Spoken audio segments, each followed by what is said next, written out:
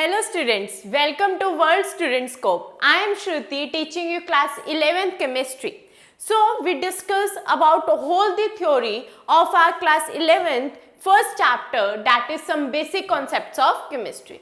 हमने पहले चैप्टर की अच्छे से पूरी थ्योरी पढ़ ली है. Laws of conservation of mass, atomic masses, molecular masses, empirical formula, molecular formula, stoichiometry. I think ये सब कुछ आपको क्रिस्टल क्लियर हो चुका है. आज हम इन्हीं सब के बेसिस पे मल्टीपल चॉइस करेंगे. ठीक है, मल्टीपल चॉइस क्वेश्चन करेंगे. अब हमें पता है जैसे सीबीएसई के एग्जाम्स में भी इवनली 20 मार्क्स के तो एमसीक्यूज ही आते हैं. तो आज हम उन्हीं एमसीक्यूज को डिस्कस करने वाले हैं आज के लेक्चर में. So today's lecture is whole based on the MCQs. आज इस चैप्टर के एमसीक्यूज करेंगे, फिर एक असाइनमेंट आएगी, आप वो सॉल्व करना and it will be very clear to you. Right, so starting with the very first question on the very basic thing, which out of the following is not a homogeneous mixture? कौन सा इसमें से homogeneous mixture नहीं है? अब homogeneous mixture होते कौन से थे?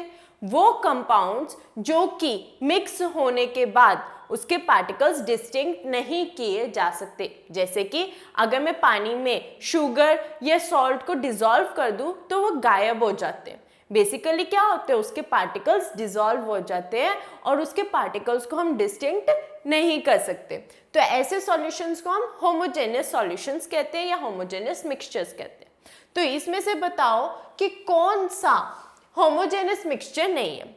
Air, brass, smoke, sugar plus water solution. तो ये तो बिल्कुल ही नहीं है शुगर प्लस वाटर सॉल्यूशन, है ना. एयर जो है मिक्सचर ऑफ गैसेस, हमारे आसपास इतनी एयर है but still we can't distinct them, तो ये भी पॉसिबल नहीं है. ब्रास एक अलॉय है.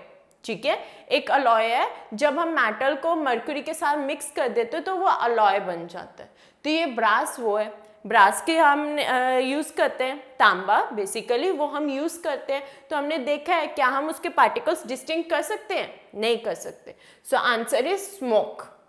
स्मोक हमारे पास होमोजेनियस मिक्सचर नहीं है. धुआं, पार्टिकल्स जो हमारे धुआं निकलता है, कार्बन डाइऑक्साइड जिसमें होती है, जो ब्लैक कलर का धुआं निकलता है वो होता है हमारे पास smoke, and it is a non homogeneous mixture.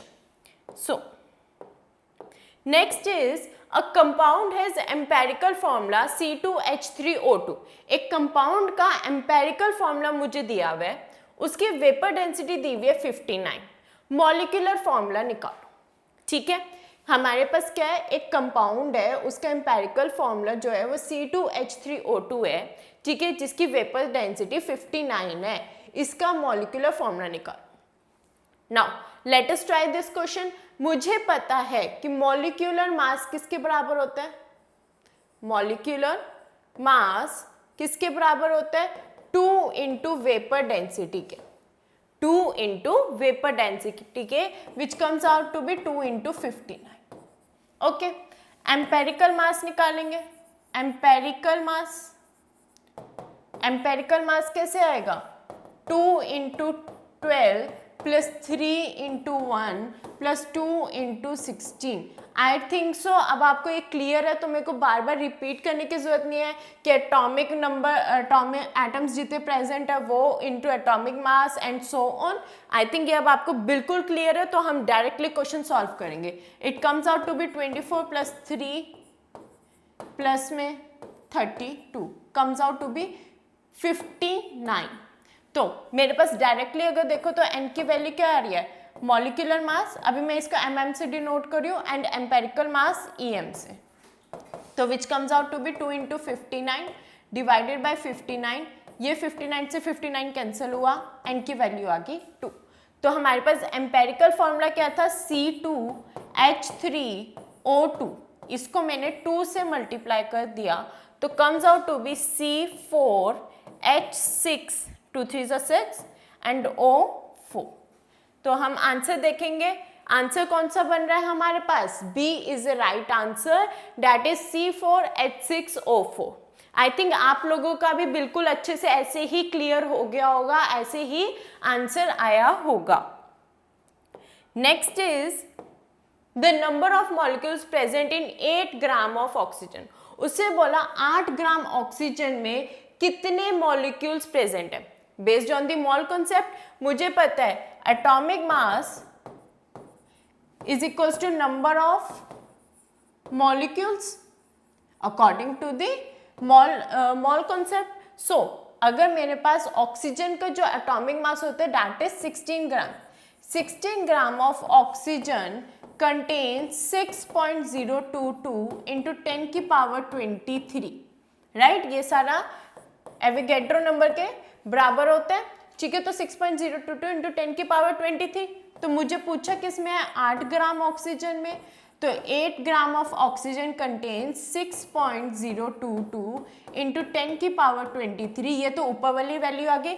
मैंने क्या बताया था, यहाँ पर जो वैल्यू होती है हमारे पास नीचे वाली वैल्यू वो आगे आके मल्टीप्लाई होती है और इसके जो ऊपर वाली होती है वो नीचे डिवाइड हो जाती है। तो 8 1 जा 8 2, ये आ जाएगा 3.011।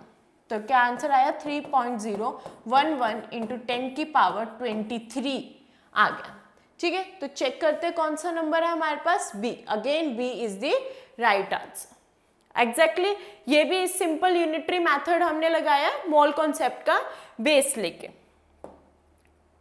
नेक्स्ट इज 1 फर्मी किसके बराबर होता है। 1 फर्मी याद होगा आपको, एक हमने करा था फैम्टो, एक हमने किया था फर्मी। जब मैंने आपको बताया था कि न्यूक्लियस की स्टडी करने के लिए, रेडियस ऑफ न्यूक्लियस की स्टडी करने के लिए हम ये वैल्यूज का यूज करते हैं, which comes out to be fermi होता है 10 की पावर -15 एंड फैम्टो होते हैं 10 की पावर 15।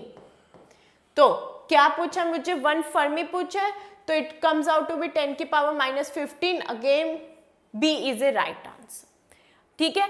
जो मैंने आपको चार्ट, अगर आपको याद हो, हमने न्यूमेरिकल्स वाले पार्ट में किया था, एक चार्ट याद किया था, ठीक है, मोल कॉन्सेप्ट पे कि 10 की पावर 1 को हम क्या कहते हैं 10 की पावर 2। तो उसमें से एक क्वेश्चन आना बनता है सीबीएसई में।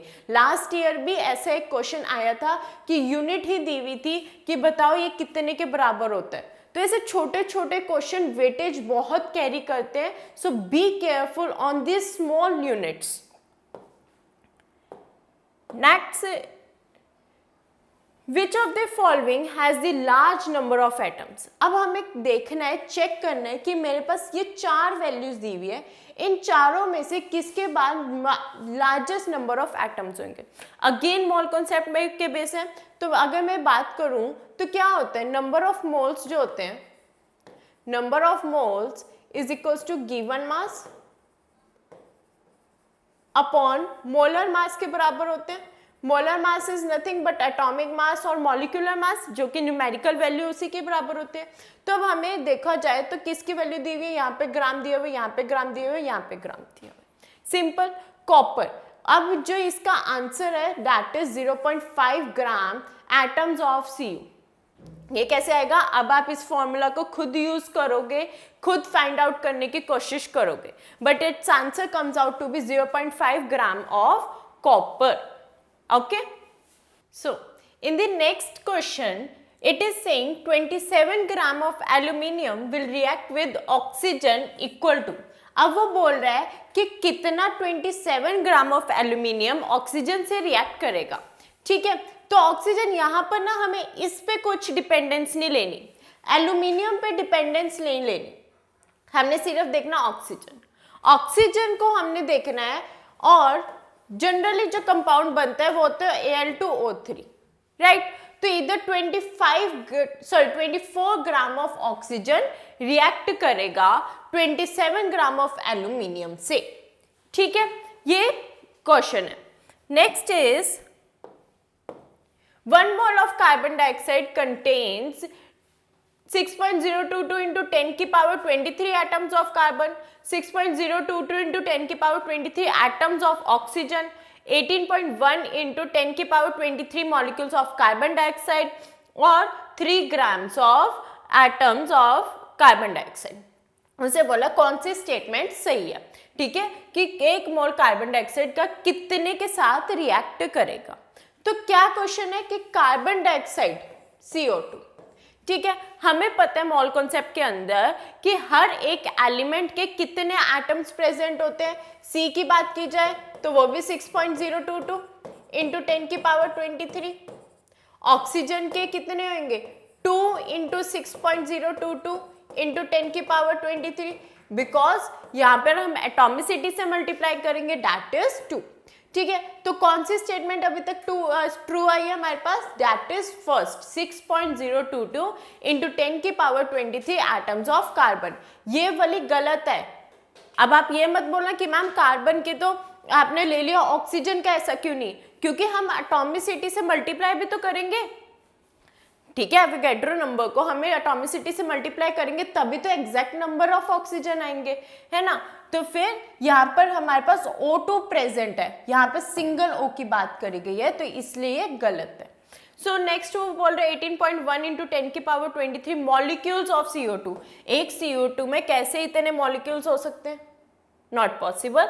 And 3 gram atoms of carbon dioxide, 3 gram atom, ऐसा तो नहीं है, क्यों कार्बन डाइऑक्साइड कितना है, कार्बन डाइऑक्साइड इधर हमारे पास है 12 ग्राम और ऑक्सीजन कितना प्रेजेंट है 2 into 16, that comes out to be 32 grams. ठीक है, तो 3 ग्राम एटम्स तो कहीं पे मैटर ही नहीं कर रहा, राइट। तो ये हमारा पहला इसका ए पार्ट बिल्कुल करेक्ट है, दैट इज 6.022 इंटू 10 की power 23 atoms of carbon in carbon dioxide. Next is 2 elements, 2 elements है, कोई एक X है जिसका एटॉमिक मास 75 है और दूसरा एलिमेंट Y है जिसका एटॉमिक मास 16 है, combine to give a compound having 75.8% of X। उसे बोला है कि मेरे पास 2 एलिमेंट्स है, X है और Y है। ठीक है, इसको थोड़ा सा इलैबोरेट और कर लेते हैं, राइट। यहाँ पर मेरे पास एलिमेंट्स क्या गिवन है X एंड Y, देन उसके वेट परसेंटेज अबंडेंस जो दी हुई है मेरे पास, परसेंटेज अबंडेंस जो दी हुई है वो मुझे सिर्फ X की दी हुई है, डेट इज 75.8। तो इसकी Y की क्या करेंगे 100 माइनस 75.8 कर देंगे, 100 माइनस 75.8 करेंगे, that comes out to be 0.2, 9 में से 5 गए 4 एंड 9 24.2%, राइट। तो ये हमारे पास आ जाएगा परसेंटेज अबंडेंस। अब उसके एटॉमिक मासेस हमें दिए हुए, एटॉमिक मास दिए हुए हैं, X का जो दिया हुआ है वो है 75, वेयर एज Y का है 16। अब हम क्या करेंगे, नंबर ऑफ मोल्स निकालेंगे। नंबर ऑफ मोल्स क्या होता है, given number of moles given mass upon में atomic mass, that is 75.8 divided by 75 and 24.2 divided by 16। तो इसको डिवाइड करेंगे, ये कुछ आ जाएगा 1.01 और ये कुछ आएगा 1.5। तो इसको अब हम 0.5 आ गया, इसको हम ऐसे छोड़ नहीं सकते, तो सिंपलेस्ट रेशियो को कन्वर्ट करने के मल्टीप्लाई बाय 2 करेंगे, it comes out to be 2, it comes out to be 3। तो मेरे पास फॉर्मूला क्या बनेगा x2y3, that comes out to be D is the correct answer. ठीक है, आई थिंक ये क्लियर हो गया होगा। उसने सिर्फ फॉर्मूला पूछा है तो एम्पेरिकल फॉर्मूला हम यहाँ पर देंगे। ठीक है, मॉलिक्यूलर फॉर्मूला दिया होता है तो हम आगे भी इसको सॉल्व करते हैं, लेकिन अभी हम इसी की बात करेंगे। क्लियर, तो ये हमने सिंपल वो जो हमने एम्पेरिकल और मॉलिक्यूलर फॉर्मूला वाला पार्ट है उसके बेस पे ये छोटा सा ही क्वेश्चन है, देख सकते हो आप कैसे इसके MCQs बन जाते हैं। Now which one of the following is the standard form of atomic mass. Atomic mass को कैलकुलेट करने के लिए हम स्टैंडर्ड फॉर्म क्या लेते थे, याद करो एटॉमिक मास की डेफिनेशन। तो उसमें एटॉमिक मास क्या था कि हम कार्बन 12 को अपनी बेस एटम लेके चलेंगे, है ना। तो कार्बन 12 को कैसे लिखेगा, C12 मतलब का कार्बन का 12th आइसोटॉप और इसका एटॉमिक नंबर 6 है, that is B is the correct answer. B is the correct answer because क्योंकि कार्बन के 12th आइसोटॉप को हम बेस यूनिट लेके चलते हैं एटॉमिक मास को कैलकुलेट करने के लिए, right. Next is the number of moles of H2 in 0.224 liters of hydrogen gas at STP। क्या कह रहा है वो कि नंबर ऑफ मोल्स निकालो, नंबर ऑफ मोल्स निकालो। अब देखो यहाँ पे मेरे को एसटीपी दे दिया और लीटर्स की बात दे दी, तो ऑब्वियसली गैस वाला पार्ट लेंगे, that is given amount divided by 22.4 litre at STP, right. तो यहाँ पे क्या आ जाएगा 0.224 divided by 22.4 which comes out to be 0.001, ठीक है। ये हमारे पास आंसर इसका आ जाएगा, that is D is the right answer, ठीक है। कैसे आया, ये हमने सिंपली डिवीजन परफॉर्म करी है, सिंपल डिवीजन से ये हमारे पास वैल्यू है, क्योंकि एसटीपी की बात की गई है। तो यहाँ पे भी स्टैंडर्ड टेम्परेचर प्रेशर है, यहाँ पे भी स्टैंडर्ड टेम्परेचर प्रेशर है, सॉल्व करा तो ये आया। अब देखो यहाँ पर बेसिक क्वेश्चन है, बिल्कुल बेसिक क्वेश्चन है नंबर ऑफ मोल्स के बेस पे, जो हमने गैस वाला पार्ट किया था। अब उसने डायरेक्टली मेरे को ये नहीं बोला कि गैस है, ठीक है, उसने मेरे को क्या बोला कि 0.224 लीटर्स है ना, और एट एसटीपी है। तो मैंने यहीं से हिंट लगाया, अच्छा ये तो मेरा फोर्थ फॉर्मूला बनता है नंबर ऑफ मोल्स का, जो कि गैस के लिए कह रहा था, और वो है given amount divided by 22.4 litre at STP, right. तो ये हमारे पास आंसर आ जाएगा, D is a right answer. Next is the number of molecules in 16 gram of methane. कितने नंबर ऑफ मॉलिक्यूल्स होंगे 16 ग्राम ऑफ मीथेन में। सबसे पहले हम मीथेन का मॉलिक्यूलर मास निकाल लेते हैं। मीथेन इज CH4, तो कार्बन 12 प्लस में 4 into 1 which comes out to be 16 gram only, ठीक है। अब मेरे को पता है उसे 16 ग्राम मतलब कि एक मॉलिक्यूल की ही बात करिए, और मोल कॉन्सेप्ट क्या कहता है कि ग्राम मॉलिक्यूलर मास जो होता है, ग्राम मॉलिक्यूलर मास हमेशा एवोगैड्रो नंबर के बराबर ही होते हैं। तो ग्राम मॉलिक्यूलर मास मेरे पास क्या है 16 gram which is equal to 6.022 into 10 की पावर 23। तो basically answer is B is the right answer. How, क्योंकि मेरे को मोल कॉन्सेप्ट क्या आता है कि ग्राम मॉलिक्यूलर मास जो होता है वो मेरे एवोगैड्रो नंबर के बराबर होता है। तो 16 ग्राम भी मेरा 6.022 इंटू 10 की पावर 23 मॉलिक्यूल्स के बराबर हो जाएगा, ठीक है।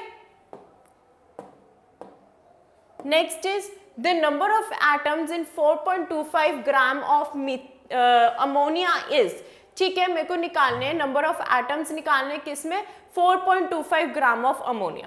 तो पहले हम मोलर मास निकाल लेते हैं।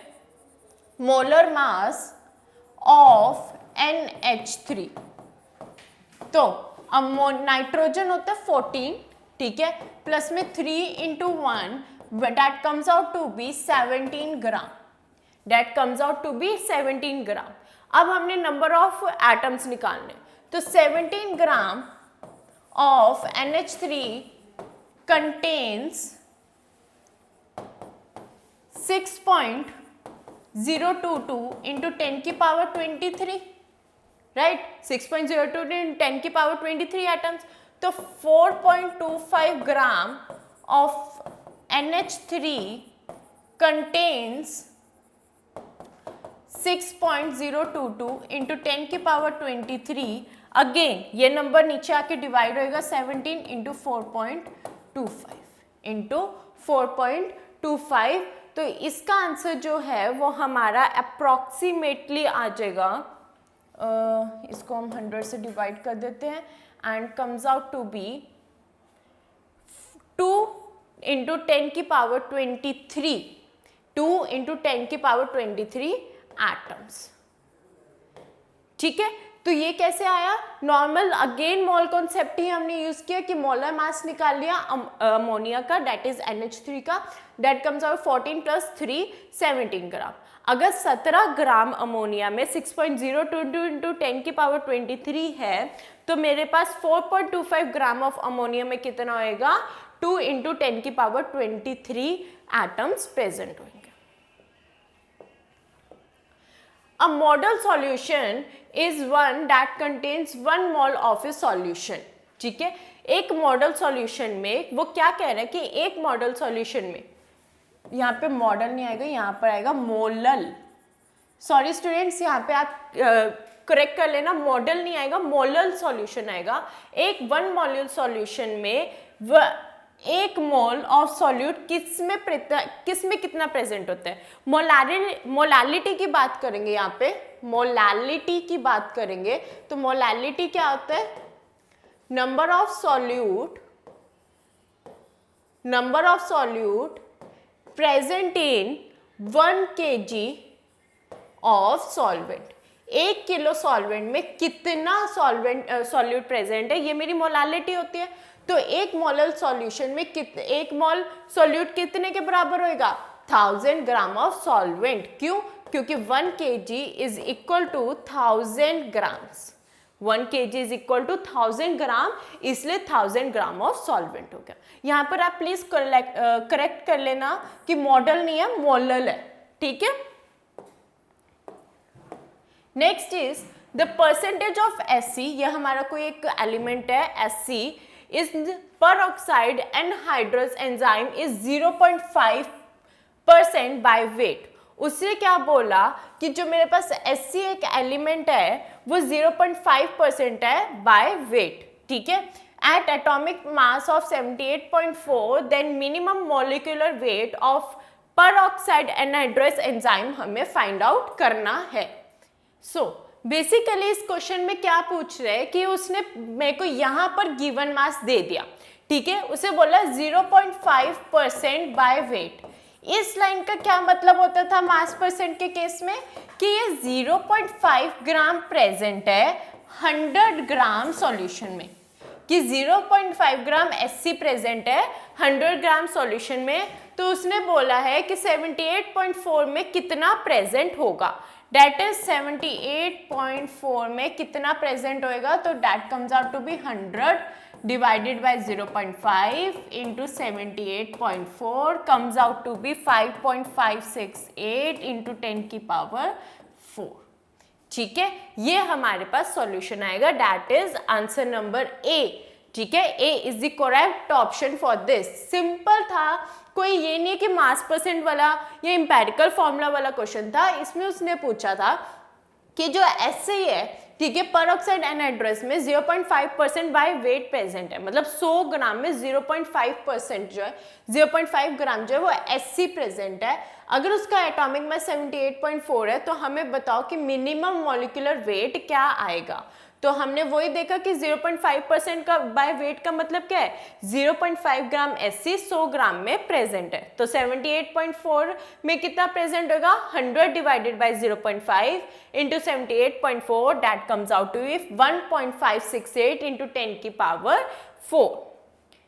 Next is which has maximum number of atoms. Again इनमें से हमें चारों में से कंपेयर करके बताना है कि किसके नंबर ऑफ एटम ज्यादा होंगे। अगेन यहाँ पे देखो सबके मास के अकॉर्डिंग दिया हुआ है, तो नंबर ऑफ एटम या नंबर ऑफ मोल्स ले लेते हैं is equals to given mass upon molar mass. तो अगर हम कार्बन का देखें तो कार्बन के लिए क्या आएगा, 24 upon 12 comes out to be 2, ठीक है।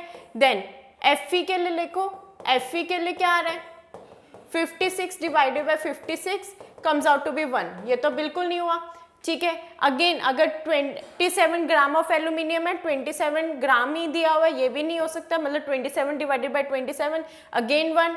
Ag के केस में भी 108 और 108 ही दिए हुए, तो ये भी कैंसिल, क्योंकि 108 डिवाइडेड बाय 108 इज 1। तो मेरे पास कार्बन आया, तो इसी के ही ज्यादा एटम्स प्रेजेंट होंगे। क्लियर। नंबर, ये मोल कॉन्सेप्ट के बेस पे क्वेश्चन है, number of moles is equals to given mass upon molar mass. Next is a sample of phosphorus trichloride. एक सैंपल है मेरे पास फॉस्फोरस ट्राइक्लोराइड का, उसका फॉर्मूला है PCl3 contains 1.4 moles of substance. How many atoms are there in a sample? उसे बोला कि कितने सैंपल में मोल्स प्रेजेंट है, मतलब कितना प्रेजेंट है, ठीक है। अब मेरे पास PCl3 है, PCl3 में कितने एटॉमिसिटीज की क्या आएगी, 4 आएगी। तो हम क्या लिख सकते हैं यहाँ पे कि 1 mole of PCl3 is equals to 6 6.022 into 10 की पावर 23 इंटू 4, क्योंकि ऑब्वियसली हम जब निकालते हैं तो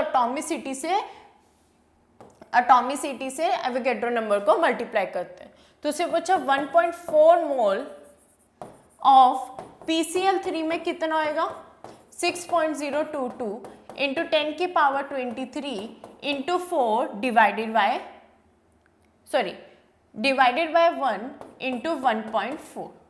ठीक है, ये होएगा हमारे पास क्या है, PCl3 का एटॉमिसिटी जो है मेरे पास 4 है और इसमें, ठीक है, तो एक मोल में 6.022 इंटू 10 की पावर 23 प्रेजेंट है, तो मेरे पास 1.4 में कितना प्रेजेंट होएगा 6.022 इंटू 10 की पावर 23, एटॉमिसिटी इसकी 4 into 1.4, that comes out to be 3.372 into 10 की power 24. D is your right answer. For this question, D is your right answer. Next is 1 gram mole of gas at STP occupies 22.4 liter. It was derived from. अच्छा, अब हमें mole concept पे एक line बोल दी थी कि अगर 1 gram molecule है तो STP पे गैशियस फॉर्म में तो 22.4 लीटर के बराबर में होगा। ठीक है, ये लाइन किसने बोली थी, law of gaseous volume, Avogadro's hypothesis, Berzelius hypothesis और Dalton's atomic theorem. The answer is Avogadro hypothesis. Avogadro ने ये स्टेट किया था। Next is the maximum number of molecules is present in, again number of molecules निकालना है कि किस में सबसे ज्यादा है, तो अगेन मैं वही फॉर्मूला लूंगी नंबर ऑफ, अब यहाँ पे देखो STP यूज किया गया, दो में तो मेरे पास STP वाला फॉर्मूला है, तो एक में यूज करूंगी number of moles is equals to given amount to the 22.4 litre, और दूसरा number of moles is equals to given mass upon molar mass. ठीक है, क्योंकि इधर मेरे को गैस के मासेस गिवन है, ठीक है, STP की बात नहीं की गई। तो फर्स्ट केस में देखो, फर्स्ट केस में मैं ये वाला फॉर्मूला लगाऊंगी, H2 गैस में STP पे 15 लीटर में कितना होएगा, तो ऑब्वियसली H2 के लिए क्या आएगा 15 divided by 22.4। Next is nitrogen के लिए, N2 के लिए 5 divided by 22.4, again then H2 के लिए 0.5 डिवाइडेड बाय इसका mass that comes out to be 2, and O2 के लिए 10 अपॉन में 32, क्योंकि 16 into 2 is equals to 32 grams. तो इसका आंसर आपके पास आएगा A, 15 litre of H2 gas. ठीक है, इसका A आंसर होएगा। ठीक है, क्योंकि आप देख रहे हो यहाँ पर भी कटिंग करोगे तो ये कुछ आपका पॉइंट्स में आएगा, 0 पॉइंट समथिंग आएगा, इसमें भी 0 पॉइंट समथिंग आ रहा है, इसमें भी अगेन 0 पॉइंट समथिंग आ रहा है, बट इसमें जो हमारे पास वैल्यू आ रही है वो 4 पॉइंट समथिंग कुछ आ रही है। ठीक है, तो ऑब्वियसली हमारे ए जो है करेक्ट ऑप्शन है। Next is number of atoms of oxygen present in 10.6 gram of Na2CO3 will be, उसे बोला नंबर ऑफ एटम्स निकालो ऑक्सीजन के present in 10.6 gram of Na2CO3। तो इसमें हम क्या करेंगे, उसे बोला एटम्स सिर्फ ऑक्सीजन के निकालो। ठीक है, तो पहले मैं इसका मॉलिक्यूलर मास निकालूंगी। इसका मॉलिक्यूलर मास क्या आएगा, Na2CO3 का comes out to be 2 into 23 plus में 12 प्लस 3 इंटू 60। ठीक है, ये हमारे पास वैल्यूज आएंगी। So it's comes out to be 106 gram per mole. तो ये हमारे पास 106 ग्राम पर मोल आ जाएगा। अब वो क्या कह रहा है कि 106 ग्राम पर मोल में कितने हमारे पास ऑक्सीजन एटम्स होंगे, यहाँ से हम पहले वो वैल्यू आएगी। तो 106 ग्राम of gram per mole of Na2CO3 is equals to 1 mole. ठीक है, तो 10.6 ग्राम कितने के बराबर हो जाएगा, 1 अपॉन 106 इंटू 10.6, ये आ जाएगा। उसके बाद मेरे को नंबर ऑफ एटम्स निकालने हैं, तो एक मोल में, ठीक है, 10.6, अगर एक मोल में 106 है या 1 मोल में ऑक्सीजन के एटम्स कितने होंगे 6.022 इंटू 10 की पावर 23 इंटू 3, ठीक है। 1 मोल ऑफ Na2CO3 कंटेन्स 3, क्योंकि 3 हमें ऑक्सीजन है, ठीक है, 3 इंटू 6.022 इंटू 10 की पावर 23, ठीक है। तो यहाँ पर हम क्या लिख सकते हैं 106 इंटू 10.6 इंटू 3 इंटू 6.022 इंटू 10 की पावर 23। तो इतने इतने ऑक्सीजन के एटम्स प्रेजेंट होंगे हमारे सॉल्यूशन के अंदर। तो it's comes out to be 1.8 into 10 की power 23, which is your C is a right answer for this numerical, right.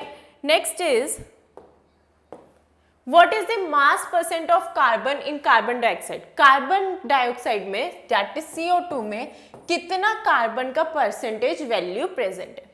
अब देखो कार्बन डाइऑक्साइड के पहले हम मास निकाल लेते हैं। तो कार्बन डाइऑक्साइड का मास कितना आएगा 12 प्लस 2 इंटू 16, तो ये आ जाएगा आपको 12 plus 32 comes out to be 44 grams. तो 44 ग्राम हमारा आ गया कार्बन डाइऑक्साइड। उसने पूछा मास परसेंट ऑफ कार्बन निकालो। तो कार्बन डाइऑक्साइड हम मास परसेंट कैसे निकालते थे, mass percent is equals to mass of component, right, divided by total mass into 100। तो component का मास कितना प्रेजेंट है 12 अपॉन में 44 into 100 which comes out to be 27%,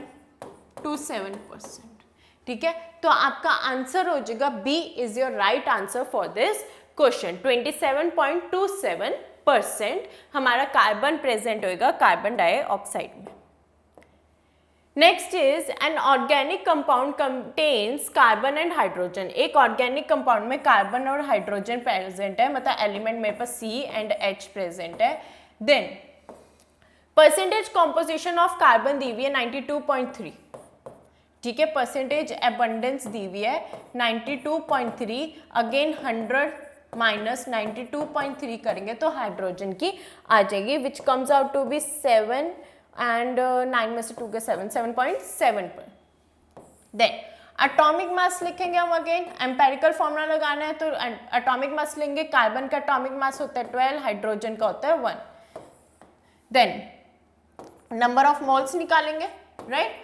number of moles निकालेंगे तो 92.3 डिवाइडेड बाय 12 और इधर आ जाएगा 7.7 डिवाइडेड बाय 1, ठीक है। तो हम इसको डिवाइड करेंगे तो सिंपलेस्ट रेशियो में हमारे पास फॉर्मूला आएगा, it comes out to be something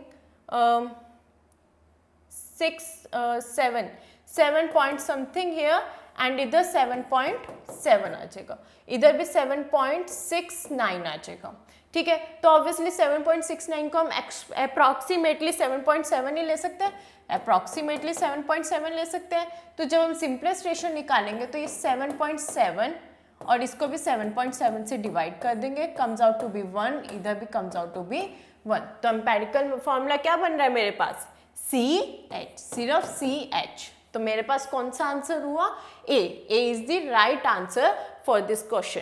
क्यों ऐसा हुआ, क्योंकि देखो 7.69 अप्रॉक्सीमेटली 7.7 है, तो दोनों को मैंने 7.7 से डिवाइड किया, आंसर मेरा 1 आ गया। तो दोनों C1H1 दैट इज CH बन रहा है। Okay, so thank you students, will meet you in the next lecture. So इस लेक्चर में अब हमने बिल्कुल पहला चैप्टर हमारा बिल्कुल क्लियरली कर लिया है, ठीक है, बिल्कुल क्लियरली कर लिया, उसके एमसीक्यूज भी कर लिए, उसकी थ्योरी भी कर लिया, इवनली CBSE बेस्ड क्वेश्चंस भी कर लिए। अब नेक्स्ट लेक्चर से हम नेक्स्ट चैप्टर शुरू करेंगे। Will meet you in the next lecture. Thank you from the World Student scope.